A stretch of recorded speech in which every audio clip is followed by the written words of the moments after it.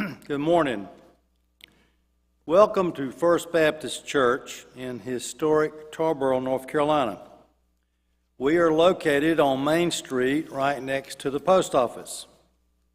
I am in an empty sanctuary this morning, and the only person that's listening to me is up in the TV booth, and that's Rusty Kent. But there will be people here later today at 10:30. It would be nice to be teaching to some people, but we have determined that we will not start Sunday school here at First Baptist until after the first of the year. And then we will see. But we know we will not be doing it till after Christmas. I am Ronnie Daughtry, and I will be teaching the adult Sunday school lesson for November 1st called God Acts. Acts. A-C-T-S, Acts. It is from Isaiah chapter 46, verses 3 through 13. We will go through every verse, explain it. What does it mean for us today? Isaiah wrote these words 800 years before Jesus came. And then 2,000 years later, 2020, so it's been 2,020 years, Jesus came just like Isaiah said he would. God gave him the honor of announcing the greatest event in the history of the world. Now, some may argue and say, wait a minute, the greatest event in the history of the world was crucifixion. Okay. Jesus coming into the world, crucifixion, they're both pretty important. Isaiah is my favorite book of the Old Testament. If you're curious, my favorite book of the entire Bible, and of course, New Testament, would be James. Yeah, I know, almost nobody would pick that as their favorite book. Most people would pick John or Luke, or the Psalms because of all the poetry. But I'm telling you that James gives you more advice for living a Christian life than any book. Now, John would be a book to help you become a Christian. And there's other books that are fascinating to study, like we're studying Revelation right now. And I'm finding out what's going to happen to us and the world. It's fascinating stuff. It's also very complex. John Rosal, a minister here, does a very good job on Thursdays doing that. It is now 8 a.m. in the morning, and I hope all of you turned your clocks back and you're here at the right time. I'm looking at the clock right in front of me. It says 9:04, the church clock, because we haven't changed it yet. But my watch is correct. And this morning when I started out here to the church from Clifton Ridge, I noticed it was much lighter than it was yesterday.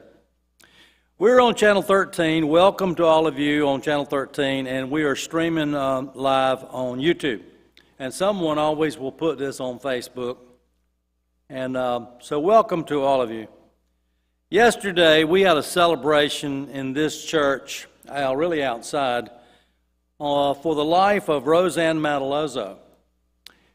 She was a member of this church and was very involved in the music program, handbells, teaching children, for, I guess, close to 40, 50 years. She was married to David. David died 11 years ago. They were neighbors of ours. He died 11 years ago. They had two wonderful girls. I taught both of the girls in school, Tanya and Anita. And they came here yesterday, and they performed. They celebrated the life of their mother with their children, with their husbands. It was great. And for about an hour. And we had about maybe 80 to 100 people here. And then John Rosal did the main part of the service. Some of the grandchildren did some wonderful eulogies. I hope that you were one of the people here. And then the family paid for us to have Parker's barbecue and chicken, and it was great. Wonderful, wonderful day, and a beautiful day also. I want to dedicate this lesson today to my family. My daughter Angie lives in Little Washington. They go to First Baptist there. The pastor there is Greg Balmer. He used to be a member here. And his wife Lisa used to teach right in here. And she was one of my teachers at the Montessori school. My entire family in Washington has tested positive for the COVID-19 virus. And along with thousands of other people, they are quarantined, and you know what it's like. Other services today, John Rosal, he will be here at 9 o'clock on TV, and he will be preaching downstairs in Friendship Hall at 10:30. We have communion today at 10:30 live and also on TV. Now, those of you at home, your deacons carried communion cups, hung them on the doorknob. So if you didn't see it, go look at your door. You should have your communion cup. And when the preacher does that down here, you do it too. That will be the 10:30 service, okay? My wife and I visited some dear friends yesterday at the Albemarle, and we found out that things have loosened up a little bit. So if you want to visit some friends there, call first. You come in, they will check your temperature, give you a band to wear, but things are better. Now, they went in quarantine in March, so it's been 9 months. That's tough. But it was wonderful to visit. I've had 3 relatives. My wife and I have had 3 relatives that lived at Albemarle over a period of 10 years, and it's a wonderful place, and they've done a good job of keeping things under control. I compliment them on that. Let's start off with prayer. Lord, we live in a pretty tough time, this pandemic. We live in a time with a lot of turmoil, a lot of divisiveness, and we're asking you to calm things down, to pour your healing grace upon this country, upon our leadership. Lord, get us through this election, and may the person that you want us to have will be there. Just like in today's lesson where you control Cyrus, and you made Cyrus of Persia do your bidding, let that happen today in 2020. I want to pray, Lord, today. A person I visited yesterday, Betty Lancaster, she's had her 2nd surgery. She first had a part of her tongue and tonsils removed, and then she's had part of the roof of her mouth removed. But she's upbeat, and she and Tom are doing fine. She's home now, and I want to pray that she'll have a complete recovery. Want to also pray for Ricky Freeman, who is a pastor at Sunset, and he is in rehab, and I understand he's planning to come home this week. Benny Bale has got lung clots. He's at Mildred Missionary Baptist. He is better, but not well. I want to pray for Lily Thomas, Wilbur Joyner, Tommy Belch. Don Nelson, who had pneumonia, was at the hospital, is now back at the Albemarle. I want to keep him in our prayers. He is in the nursing section. Molly Baggett had knee surgery. She's recovering. And all the folks at the Albemarle. I pray for you folks every day. And for all the shut-ins, that people that are afraid to come to church. I know I have seen some of you this week. I understand you are not ready to come to church, but for all of you that are, I want to urge you to come, be a part of what we're doing, and may God bless each and every one of you. I ask all this in the name of Jesus. Amen. I love teaching the Old Testament. I love the stories of the Old Testament, and Today's lesson, I want to convey to you that this God that did things many years ago, spectacular things, where he wiped out an entire army, that same God is our God today. And he is all-powerful. And if you are a Christian and you're one of his children, you pray to him, and wonderful things can happen. I could spend the rest of the time telling you how prayer was answered in my life, in my family's life. And I saw my mother healed of cancer. And I know that God answers prayers. And if you prayed about something and you're a Christian and you prayed and it didn't work out, then it wasn't what God wanted to happen.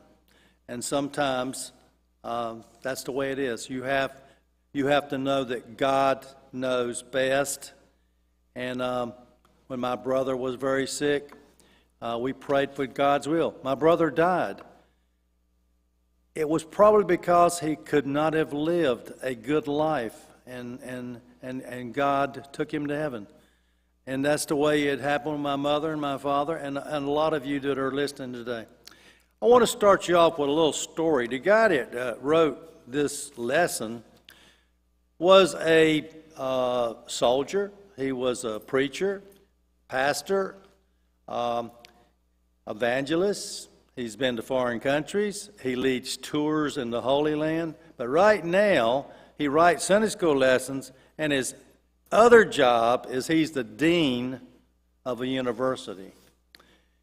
It's in Columbia, South Carolina. This is a smart guy, and he's also a great writer. And the things that he talks about are things that all of us kind of experience, like today's lesson. During the time, I'm speaking as if I'm him, okay? During the time that I'm writing this lesson, my granddaughter graduated from high school. Her graduates marked a significant family milestone for my wife and me because she is our oldest grandchild and thus the first to reach that milestone. Well, I always compare myself to what I'm reading. And I have an older grandchild. My oldest one is now a senior in college. And she just turned 22, and we couldn't celebrate her birthday because her brother had the virus. But she knows that we love her and that we all celebrated her birthday in different ways. The commencement program reminded me of our family, of God's faithfulness. The commencement speaker said things that fit in with our Christian lives. It was a wonderful and timely address. He challenged the graduates to begin with the end in mind, to start their careers knowing what the end will be. And the point was for young people to consider carefully what they hope to be in 5, 10, 20, or 30 years, and to plan for life's road to start now and then end up doing those goals, completing those goals. And I have been there many times because I was at high school graduations, because I worked at a high school for many years. And I heard many graduation speakers, and the kids, of course, were excited. Some went in the military, some college, some started work. They were all excited about how things would go. Things didn't turn out exactly the way they were. But I remember one time when I was in high school, a friend of mine that I played football with, I was an average football player. He was a great football player. His name was Marvin Swenson. He has passed away. Marvin Swenson was all conference. And this is in the days of football, sort of primitive football. We didn't have all those formations. We had a T formation, a split T, and a single wing formation. He was what we call a halfback. They don't call them halfbacks anymore. But he was today would be called a running back. He was great. He was the best player of all the schools that we were in, like Wallace, Rose Hill, Burgall, James Keenan. He was great. And he and I are talking about graduation, and we're talking about the future. And he was offered scholarships, but he didn't take the scholarships because he didn't do very good in school, and he wanted to be a farmer. And I said to him, I said, Marvin, I said, I admire you. You've worked hard in football. And he said to me, he said, you think a lot of what I did. He said, I think a lot of what you did because you're going to college on a scholarship and you'll actually be able to do something with it. He said, we'll come back to these 5-year reunions and stuff. And he said, you and other college graduates will be talking about all the great things you did. And he said, and I may not even come to those reunions, but if I do, it will not be the same. And I said to him, I don't think that it'll turn out that way. I said, you'll probably go to college and be a great star and be a professional football player. Well, as it turned out, he was right. He didn't go to college, and he became a farmer, and he was still a great guy and all that. And, of course, I didn't become great myself, but I did finish college and became a teacher, which is what I wanted to do, and I enjoyed it. And then later I became a principal. But I always remembered what he said about that. Okay, let's get to the Bible.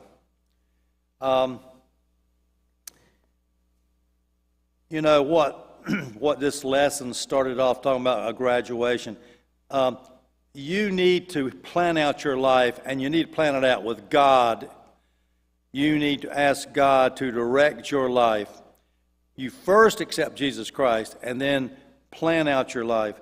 And it really bothers me sometimes when I think about people I really admire, like Mark Twain. I've read everything that Mark Twain has written.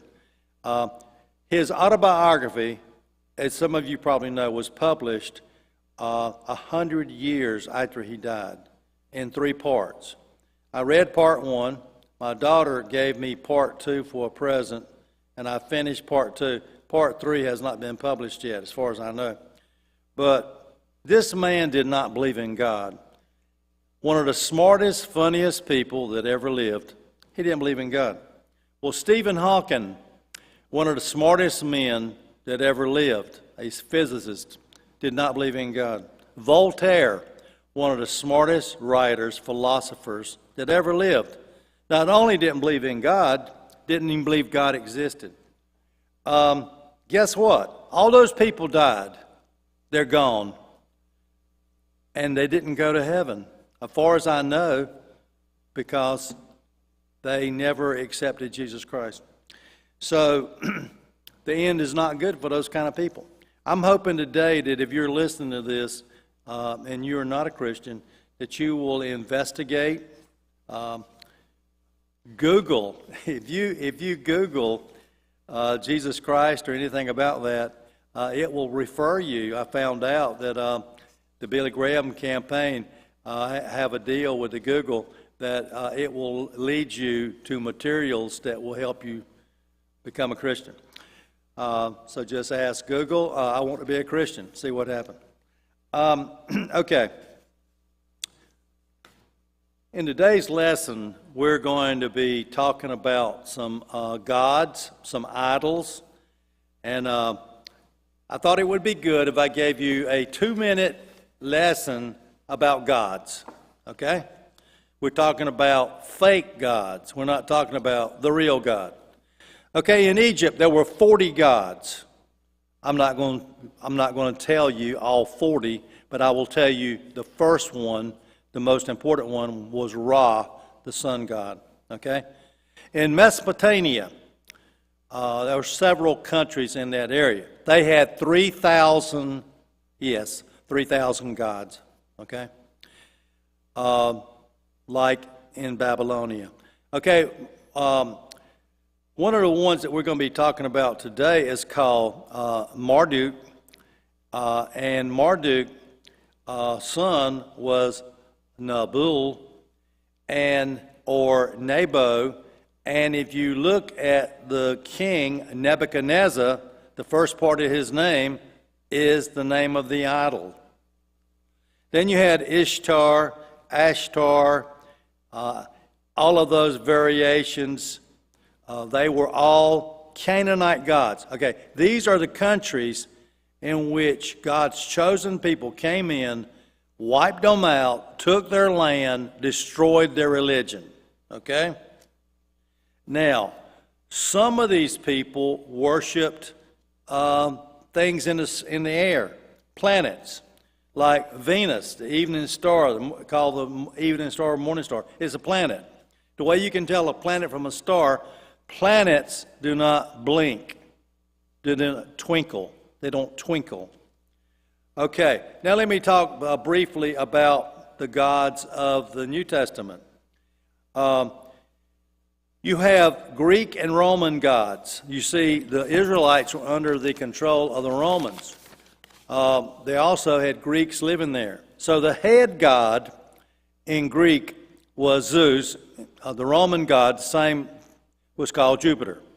The messenger in Greek was Hermes. In the Romans, it was Mercury. And there's stories about, when Paul went to Lystra, they thought he was Hermes, and they thought Barnabas was Jupiter. And of course they won't. And Paul said, I'm here representing the real God, the one God that you guys forgot about. Okay, and then those other gods, Artemis was the Greek god for fertility, and Diana was the Roman god. When they were at Ephesus, Paul criticized the people. The silversmiths wanted to stone him because they sold bracelets and necklaces of Artemis. See, these are all fake gods. And then the male beauty was Apollo. The underworld god for the Greeks was Hades, and we use that word in the Bible. And Pluto was the Roman god of the underworld. The sex-type god was Aphrodite for the Greeks and Venus for the Romans. And you remember in Corinth, the city of Corinth, where Corinthian letter, they had 1,000 prostitutes working in the temple. The temple of Artemis was one of the 7 wonders of the ancient world. And then you had the gods of the Greeks. Athens were called Athena, and then the Roman god was Minerva, and so forth. We could talk about gods for the next 2 weeks. Okay, here's the bottom line. They're all fake. There's one God, and that's the one we're going to be talking about for the rest of our time. So I want you to turn to Isaiah. We are in the 46th chapter, and we're going to be going through each verse. First verse is verse 3. Listen to me, house of Jacob, all the remnant of the house of Israel, who have been sustained from the womb, carried along since birth. Okay, so here's what's happening. God is saying to you people that have been exiled in Babylon, okay, things are changing. Okay, those 70 years where you have been punished by being transported to another country, that time is going to come to an end. And house of Jacob, remember it was Abraham, Isaac, Jacob. Jacob had the 12 sons, the 12 tribes. And Jacob's name was changed to Israel, and Israel is the name of the country. Okay, verse 4. I will be the same until your old age, and I will bear you up when you turn gray. I have made you, and I will carry you. I will bear and rescue you. God made us, and He will be there till you're dead. And then when you're dead, you'll go to heaven and be with Him then. Verse 5, 6, 7. Who will you compare me or make me equal to? We're talking about gods now. Who will you measure me with so that we should be like each other? The answer is, these are all rhetorical questions, but the answer is, no one compares to me. Those who pour out their bags of gold and weigh out silver or on scales, they hire a goldsmith, and he makes it into a god. Then they kneel and bow down to it. They lift it up to their shoulder and bear it along. They set it in place, and there it stands. It does not budge from its place. They cry out to it, but it doesn't answer. It saves no one from its trouble. Here's what they're saying. These people make gods. They cover them with gold and silver. They're very expensive. But these gods do nothing. They sit there, they do nothing, because anything that you create with your hands cannot be a god. God is supernatural. God is not something that you can fashion with your hands. It is ridiculous for you to even consider making something to be your God. Anything you make cannot be a god. Verses 8 and 9. Remember this and be brave. Take it to your heart, you transgressors. Remember what happened long ago. For I am God. There is no other. I am God, and no one is like me. Verses 10 and 11. I declare the end from the beginning, and from long ago what is not yet done, saying, my plan will take place, and I will do all my will. Okay, now here's where it gets good. You see, God I can't say it. God manipulates people to do His will, and He is going to make Cyrus the head of the country of Persia. Now you might say, Persia? Where in the world is Persia? Persia is Iran today. Persia is Iran. And you know, Iran, you know all about Iran. Iran does not even allow people to have Bibles. They won't even let the Gideons go into the country and give out free Bibles. It's one of 20 countries that don't do that. I will call a bird of prey from the east. Okay? Bird of prey. He's talking about like a raptor. A bird of prey could be like an eagle, or it could be a buzzard or a vulture. Okay? It's a bird that eats other birds. A man for my purpose, that means a man that's going to do my job from a far country. Yes, I have spoken, and I will also bring it about. I have planned it, I will also do it. Now remember, Isaiah is talking, but God's words are talking through him. He is a conduit. He is a mouthpiece for God. And these are some powerful words. The people are being told. Now, people like Daniel. Daniel never had a chance to live in his country, which is Israel. You know, Judah and Israel were split in north and south. Okay, but Daniel, the guy that wrote the book of Daniel, he never had a chance to be in his own country. Now, he became important. He became important in Babylon because the king liked him. But he got in trouble sometimes. Remember Daniel in the lion's den? The lions didn't bite him because God did not let the lions bite him. Remember the handwriting on the wall? God gave him the ability to read the handwriting on the wall. And we use that word today. People, when something is imminent, we say, the handwriting's on the wall. Do you know what the handwriting on the wall really was?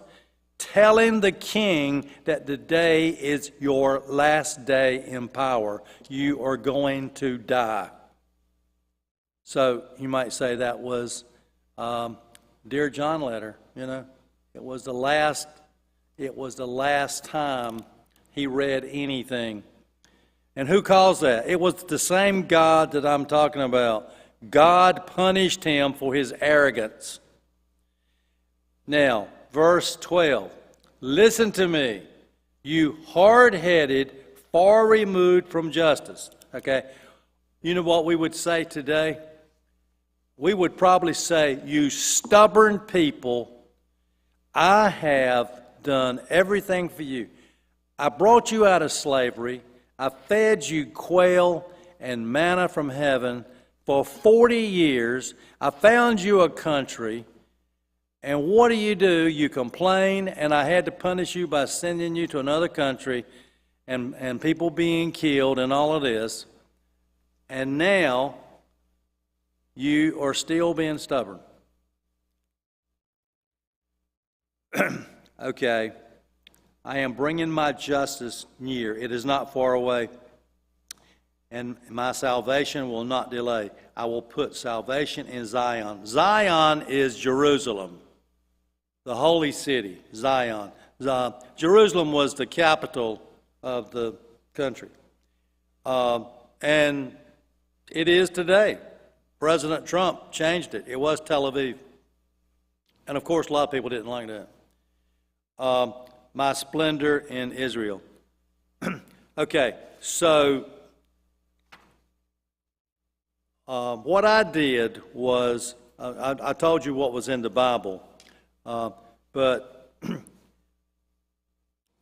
what is going to happen, I'm just going to tell you what the history shows, and we'll have other lessons about this, but what is going to happen, and it's all in the Bible, and you can read all of this. What's going to happen?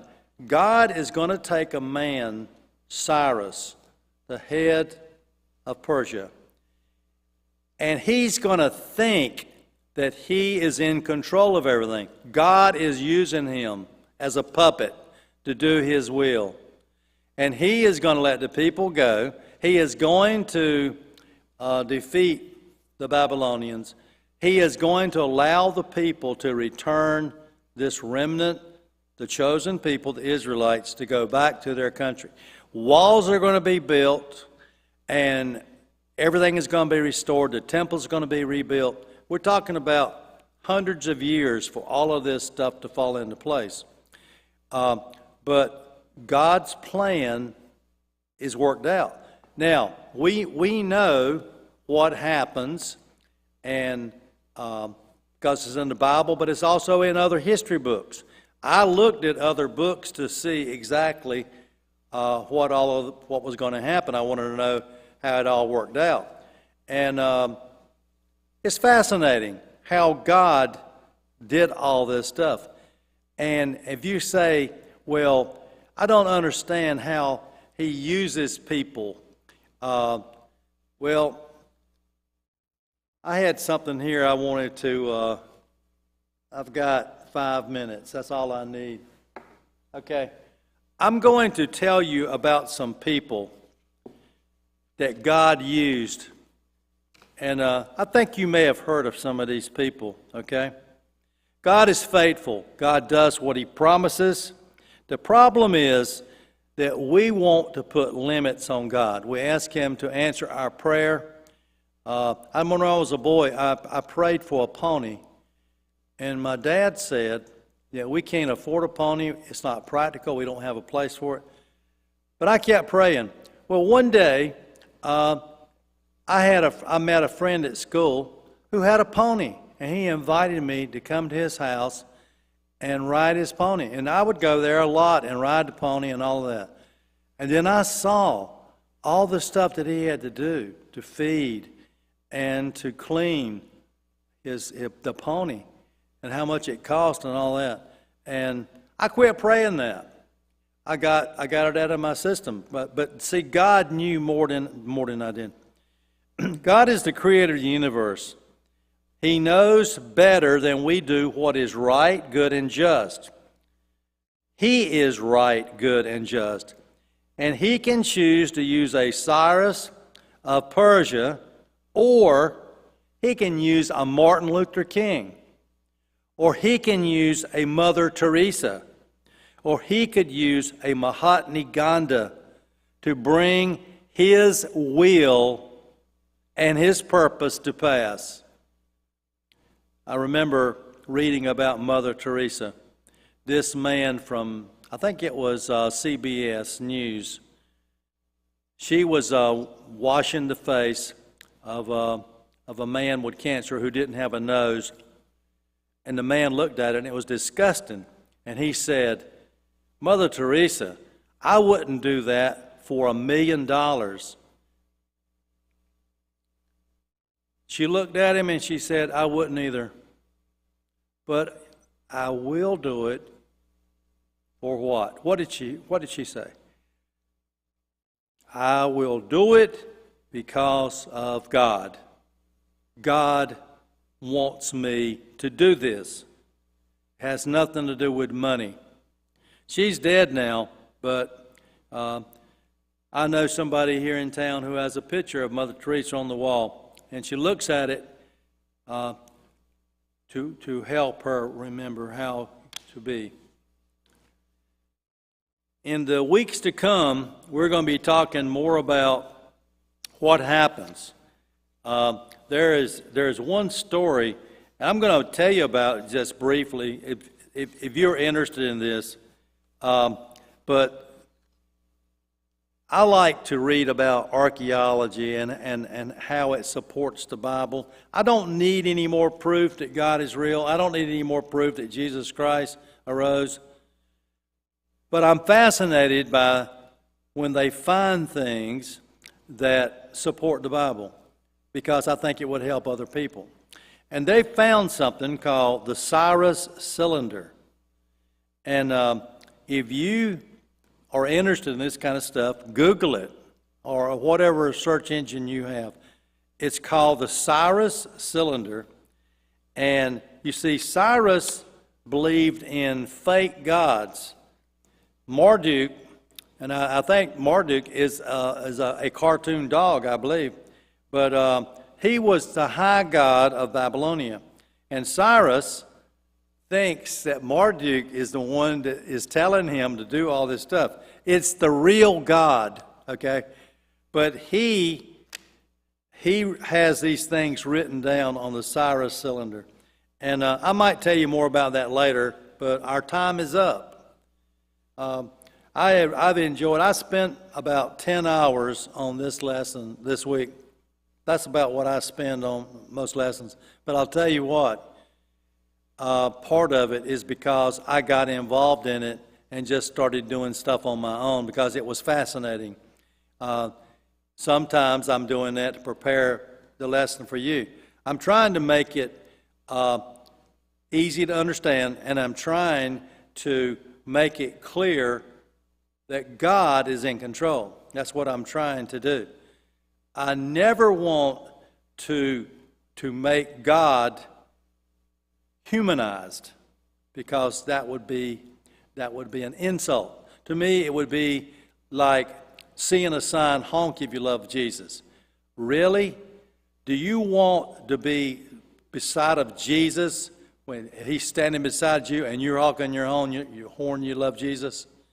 If you love Jesus, then treat your fellow man while you're driving with respect. Don't cut him off.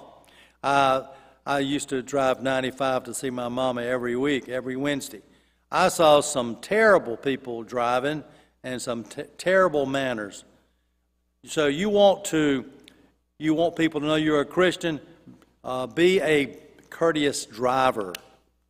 I was a driver's ed teacher, and when I hear about one of my former students dying in a wreck or getting hurt in a wreck, and I have had both, it hurts me because did I teach them the proper thing to do. Well, did I leave something out? Did I not emphasize driving and drinking? I used to tell the kids, 50,000 people die every year in this country, and 1,000 die in North Carolina every year, and that's 10 per county, because we have 100 counties, and there's about 10 towns in every county. That means that every year somebody's going to die in every town. Think about that while you're driving today, okay? Let's end this lesson with a prayer. Father, thank you for Isaiah. Thank you for who you are, that we can pray to you. And Lord, right now we need your help like never before, because this pandemic seems to be out of control. We're trying to have church here and do everything properly, and it's more than humans can do, and we need a divine presence here to keep things the way they should be. And we're praying for you to intervene in this country, in this world. This pandemic's all over the world, to end it and get back to regular times, Lord. Thank you, and thank you for your Son, Jesus. We ask this in his name. Amen.